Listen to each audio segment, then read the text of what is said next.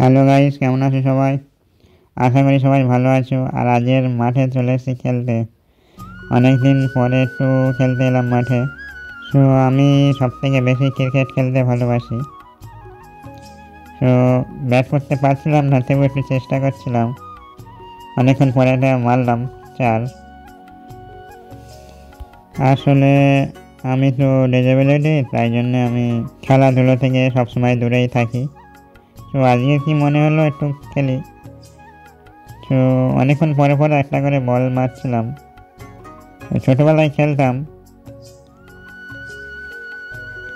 তো তোমরা কারা কারা খেলো অবশ্যই কমেন্ট করে জানাবে। তো দেখো গাইস, আমি একটু বলও করার চেষ্টা করছিলাম।